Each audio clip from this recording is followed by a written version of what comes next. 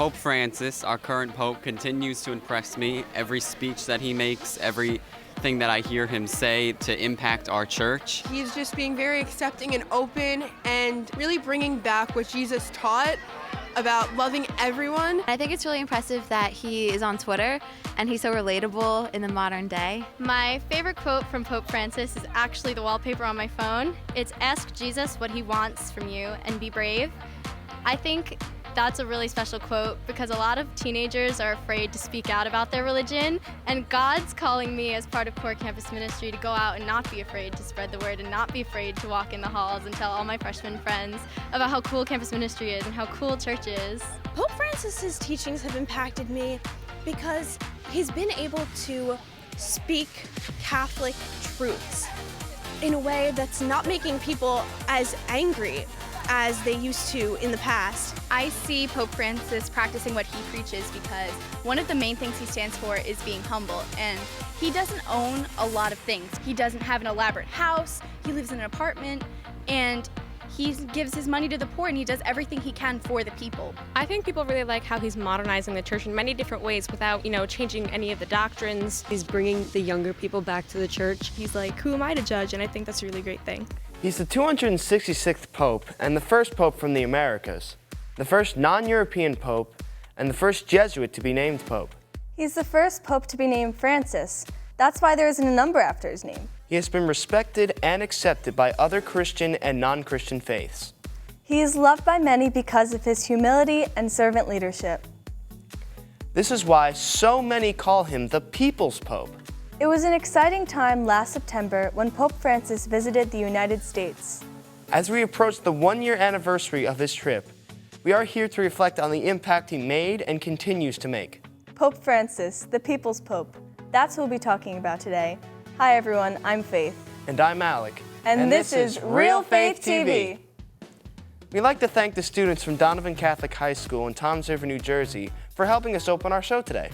And for sharing their excitement surrounding Pope Francis's visit to Washington, D.C., New York City, and Philadelphia.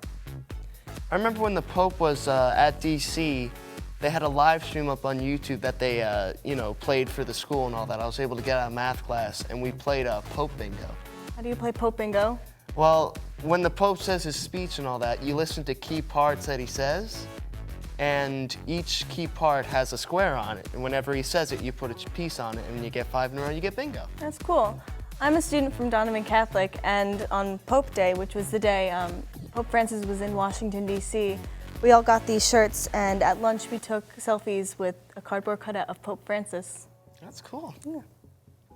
Our first spotlight guest today is Michael Santos, a religion teacher at Donovan Catholic High School. He's my religion teacher, and he's really cool. He loves to teach us about the faith and really likes Pope Francis. All right, let's meet him now and find out what he knows about Pope Francis. What do I know about Pope Francis? I know that he's the first American Pope, born in Buenos Aires, Argentina. He's the first Jesuit Pope. He's the first Pope who's a member of the Society of Jesus. When I was doing my master's at Villanova, my specialty was liberation theology, which in short is doing theology from the perspective of the poor, with the hope of making a church that is both of the poor and for the poor. And I see a lot of that type of theology reflected in Pope Francis's pastoral style and his leadership style. He's the first world leader to come out strongly against wealth inequality, against the disproportionate damage that environmental degradation does to the poor. And I'd say that's really my favorite thing about him. He's a leader that not only myself, but I think young Catholics across this country, across this world can be proud of. He's a leader that piques our spiritual curiosity and gets us asking questions that maybe we haven't asked in a long time. His impact on the world is undeniable. We see it every day. You see it in the news, you see it in social media, which is a realm of access that we're not used to having to the Pope.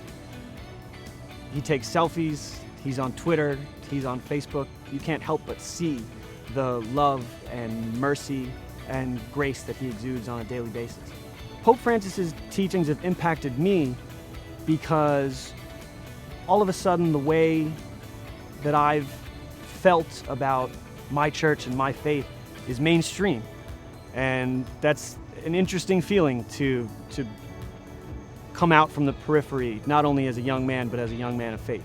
I'd say above everything, Pope Francis has inspired me to re-engage with the church, and engage with my prayer life more frequently, more seriously, more deeply, with Pope Francis's leadership style and his pastoral style. It's inspired me to really channel my opinionated energy into a real zeal for life in the church. My mass attendance is up from what it used to be. My prayer frequency is up from what it used to be. But it's more immediately on my mind to give God the glory, to ask God for help, to ask God for forgiveness. I'd say what has Pope Francis inspired me to change about my life? It's really drawing the connection between my everyday life, my civic life, and really channeling that energy into a faith life and a church life. My favorite Pope Francis quote is simply "Buonasera." The fact that he addressed the crowd in St. Peter's Square in Italian, in the vernacular as opposed to Latin, was such an incredible start, such an incredible act of humility. So my favorite Pope Francis quote is simply "Good morning, brothers and sisters" in Italian instead of Latin. It's great to see how much that the Pope had an effect on his life. Seems like it really changed it for the better. Yeah, I'm glad that the Pope can influence people's lives like that.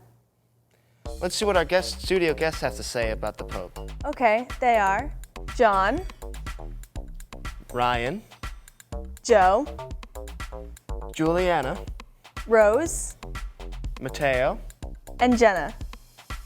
So, what do you know about Pope Francis, and what do you like most about him? I really like how he's starting to use the social media, such as Twitter and Facebook, and he's really trying to connect to the younger generation. I love how he stands up for the poor, because I think it's important that everybody's equal, no matter if you're rich or poor, and that's one of the main points that he stands for. Also, like Mr. Santos said, he's really making it an effort to make Catholicism mainstream and bringing it to the younger generations. I like how he's humble and respectful to the less fortunate. He really knows how to give back to his community. Yeah, he's very down to earth, and he still knows his roots. Even though he's in Italy now, he still knows himself as a humble priest from Argentina, and that's what I really like about him personally. I really like his tweets. They're simple and profound. Okay, who follows him on Twitter? What's one of your favorite tweets? I like the tweet that people are the primary artisans of their development and the first in charge. I like that because it tells us that we can be the ones to decide our fate and choose what we do. I found one the other day that said, even in the worst situation of life, God waits for me, God wants to embrace me, and God expects me. I like that one because it means even in the worst times, God's always there for you and God's trying to help you. And I think that we should look to God not only in the bad times, but thank him for all he does for us too. I like that he doesn't complicate things. He keeps it simple. I really see Christ in him. He's so humble. He's used public transportation and he lives in the Vatican guest house, not the big Pope quarters. It's really hard not to like him. Yeah, he's so real. I know. So many people think he's relatable, but he's also not afraid to speak out on controversial issues. He can be pretty tough. True. He regularly speaks out about the need for greater social justice throughout the world. Valuing life at all stages. Protecting immigrants. And being good stewards of the environment. In fact, his second encyclical as Pope was Laudato Si, or Praise Be to You, which focused on the earth and caring for our common home. Pope Francis had this to say regarding caring for creation. The book of Genesis tells us that God created man and woman, entrusting them with the task of filling the earth and subduing it. Which does not mean exploiting it, but nurturing and protecting it, caring for it through their work. Gabby, another spotlight guest, is a student at Donovan Catholic. She was very moved when studying this encyclical in her religion class. Let's hear from her now to see how the words of the Pope inspire her. So in religion class, social teaching honors, we're learning about the Pope's new encyclical, which is like his letter, and it's called Praise Be to You, I believe. And I really care about charity and, well, social justice. There's 2 feet, as we learn. And the Pope, in his encyclical, is talking about the environment, first of all.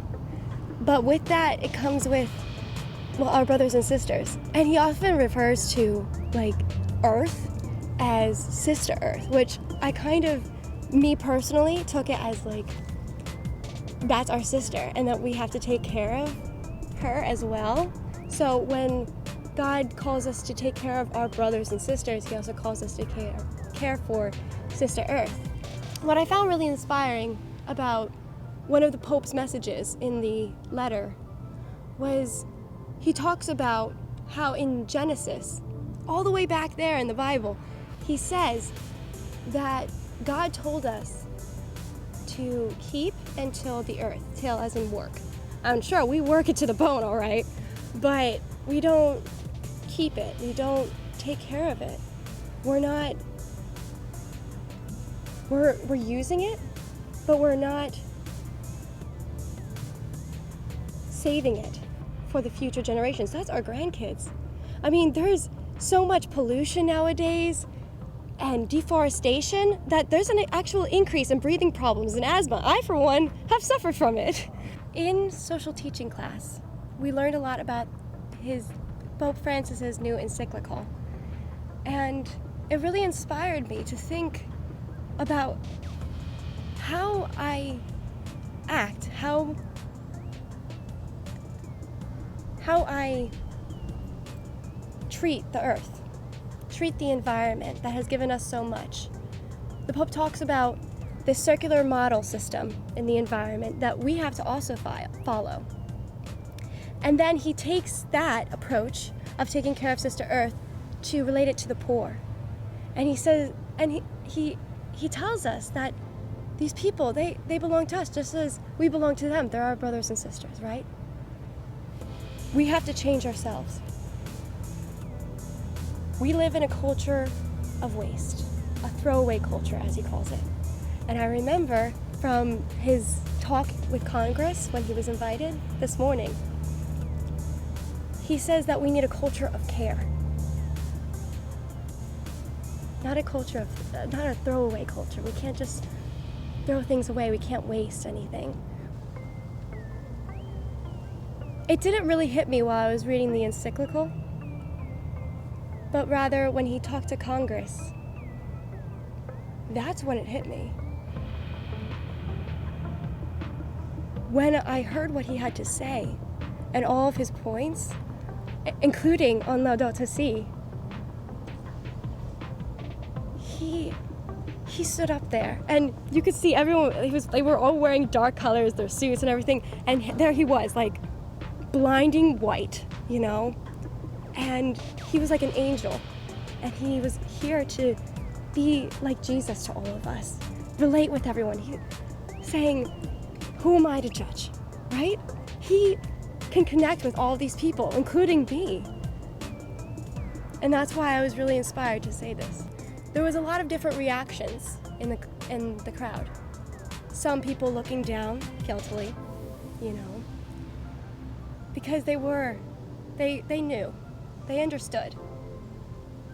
And then there were some people that were nodding, like when he talked about Lincoln, and I believe he talked about Martin Luther King, maybe, or Dorothy Day, I believe, talking about African American rights. And then there was all those times where people would just stand up and start clapping right away because they were like, yes, this is true, you know? And I just really hope that they take that feeling and help it inspire them to make a change in this country. And I like what she said about like how that our culture today is like a throwaway culture and how we need to take care of Sister Earth. I like that. Yeah, she made some good points. She seems very passionate about it. Very, very passionate. Pope Francis also said this about caring for the earth. This task, entrusted to us by God the Creator, requires us to grasp the rhythm and logic of creation. But we are often driven by pride of domination, of possessions, manipulation, of exploitation. And we do not care for it. We do not respect it. We do not consider it as a free gift that we must care for. How important is caring for the earth to you, and why should it be a Catholic issue? I think caring for the earth is really important. It's like one of those topics that a lot of people overlook sometimes. So the fact that the Pope is bringing it to light, that really means a lot. We should definitely listen to him. We should definitely take care of the earth. And it's a Catholic issue because the earth is it's kind of like a free gift from God, and we shouldn't abuse the gift that he gave us. Yeah, as Joe said, God gave it to you as a gift. You shouldn't disrespect it. You want to take care of it like you were taking care of yourself. I also think it's very important because that's what God expects. He expects us to take care of the earth. When you give someone a gift, you expect them to enjoy it and have fun with that as much as we do with the earth. But at the same time, you want to take care of it and make sure it's good for the next generations to come.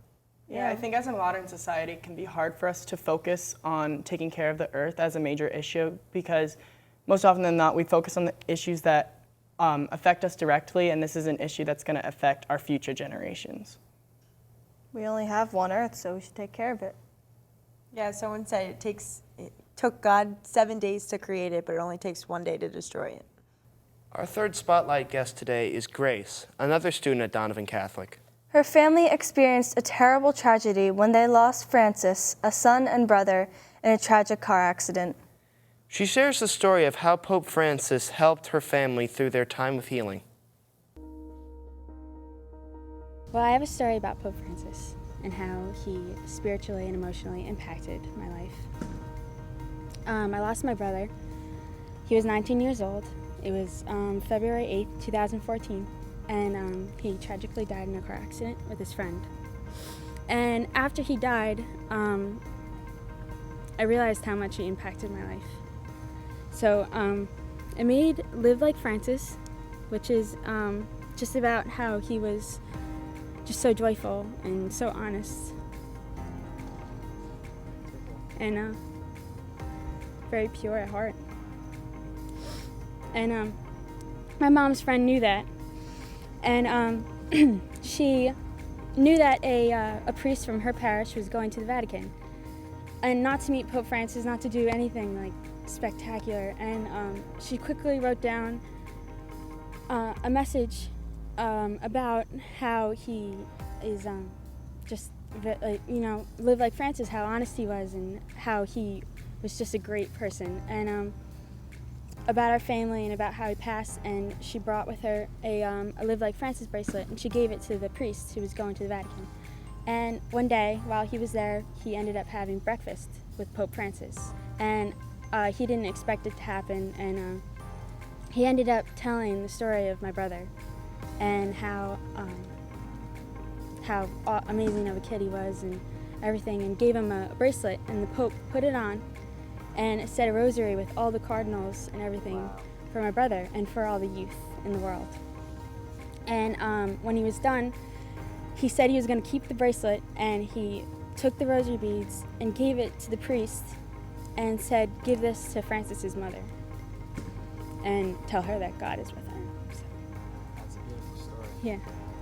And it helped everyone kind of heal a little bit, and it still helps me. That's such a beautiful gift from God for their family. They definitely deserve it. I just find out how it's amazing how the priest was able to sit with the Pope and how he was able to give her family comfort in their time of need and healing. Yeah. Do you have a favorite story about Pope Francis that inspires you? There are many stories about how people meet the Pope, but not everybody gets that chance. So many kids write to the Pope, and he always takes the time to write back. Somebody compiled a list of these questions and answers into a book. One of them was by a 7-year-old who said, "Dear Pope Francis, if you could do one miracle, what would it be? Love, William." He took the time to really answer that question in depth, but the gist of it is that he would heal all the suffering children. I actually know a girl, a 5th grader who went and saw the Pope. When she was in 5th grade, she was diagnosed with a severe form of cancer, and she was battling for several months. And then through Make-A-Wish Foundation, she said that she actually wanted to go to Vatican City and meet the Pope. She met him face to face and everything, and when she came back, a couple months later, she was declared cancer-free. So I thought that was like a miracle in itself right there. There was this pilot who visited my school, and he was the one who flew Pope Francis from Europe to America and from America back to Europe. And he went up to the altar and he was sharing his story, and he got to interact with the Pope, and I felt that was pretty special because it's like a lifetime experience. I heard a story about his first interview, and the first question was, what kind of Pope do you want to be? And he answered with, I'm a sinner. And I feel that's very humble because it reminds us that he is a human, that it's okay because sometimes we mess up and we don't have to be perfect. Has Pope Francis inspired you to do anything or make changes in your life? Something that really inspired me was when the Pope said that he doesn't have the power to judge someone else. And I find that really interesting because, you know, as teenagers, we often feel like we're comparing ourselves to others and we're judging a lot of other teens. So I'm really going to make an effort for myself to stop judging others because I don't have the power to do so. I was really inspired this year because it was the year of mercy, and Pope Francis really, he spread the word to all the youth community. And I felt that when you're feeling sorrow and also helping others in need, you're showing mercy. And that's what I feel is good in our lives and something we should continue. I was really inspired just by seeing how he goes out of his way to care for the poor and for the homeless. And that's inspired me to go out and do more in my community and try to help who I can, when I can. Pope Francis, the people's Pope, is our Pope. Let's hope that he will continue to inspire the world with the message of Christ and the Church. May his message reach young Catholics like us so that we can carry this hope to the next generation. Let's reflect on this message he had for young people of the world. Dear young man, dear young woman, have you ever felt the gaze of everlasting love upon you? A gaze that looks beyond your sins, limitations, and failings. And continues to have faith in you and to look upon your life with hope? May we all feel this gaze, and with Pope Francis, may we all share the hope and everlasting love with each other. What lasting impressions has Pope Francis left with you? We'd love to hear from you. Contact us at realfaithtv.com. Or share your thoughts with us on Twitter. And we leave you with this final quote from Pope Francis. We must restore hope to young people. Help the old. Be open to the future. Spread love. Be poor among the poor. We need to include the excluded and preach peace.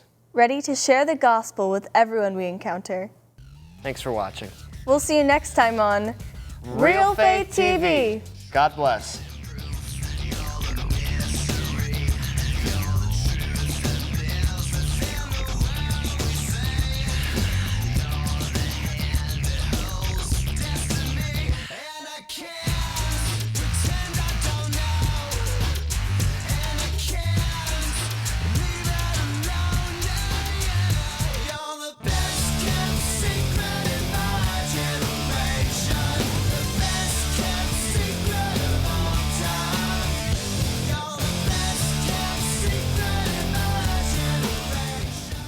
Can you help me with this? My new dad teaches me all kinds of stuff. Sure. He helps me with homework. That would be 3.6795. Thanks. Yep. He helps me with my decision making. I wouldn't use this one. Ever. And he's even teaching me how to drive. And that's why cars have bumpers. I'm learning so much. You don't have to be perfect to be a perfect parent. Thousands of kids in foster care will take you just as you are. It takes less than 1 minute to find out if you may have prediabetes. You can do it here. But you probably won't. You're busy. Kids, work, show coming back in 48 seconds. So let's do this now. Hold up one finger if you're a man, women, 0. 3 more fingers if you're over 60, 2 over 50, 1/40. If you're not sure, keep in mind you're sitting on a couch right now, so one more finger if you're not very active. 1 finger if yes, 0 if no. 1 yes, 0 no. Next, find the body type that looks most like you and hold up that many fingers while I look around awkwardly.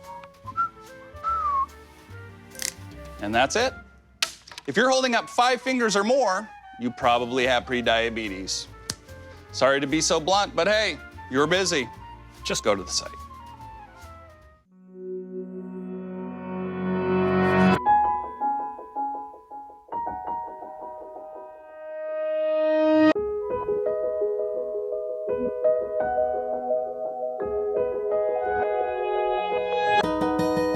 For those dealing with the daily struggles of caring for a loved one, we hear you. That's why AARP created a community with experts and other caregivers to help us better care for ourselves and the ones we love. Pretty much a good day for me would be people leaving their hands off of me. I'm always called names. Everywhere that I go, there's always someone calling me names, calling me gay. I've been choked, thrown up against the wall, punched. Nobody's ever tried to help me.